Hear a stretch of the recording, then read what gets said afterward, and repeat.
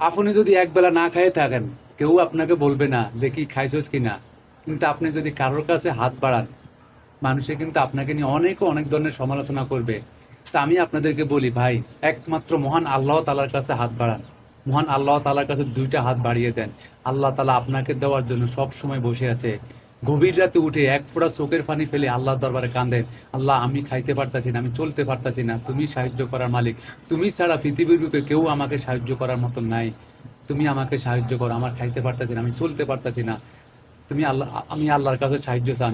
আল্লাহর কাছে আপনি যদি সাহায্য চান, আল্লাহ তাআলা আপনাকে দেওয়ার জন্য বসে আছে। মানুষের কাছে সাহায্য চাইলে মানুষ আপনাকে নিয়ে নানান ধরনের নানান কথা বলবেন, অনেক ধরনের টিটকারি করবে, হাসি ঠাট্টা করবে। মানুষের কাছে না চাইয়ে মহান আল্লাহ তাআলার দরবারে সাহায্য চান, আল্লাহ তাআলা আপনাকে দেওয়ার জন্য 24 ঘন্টা বসে আছে।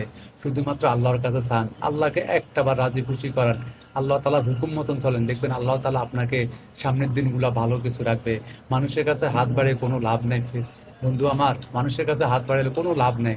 তো আপনাদের কাছে যে কথাগুলো বলছি, যদি আপনাদের কাছে কথাগুলো আপনাদের কাছে যদি ভালো লাগে থাকে, তো ইনশাল্লাহ ভিডিওটা শেয়ার করে দিবেন।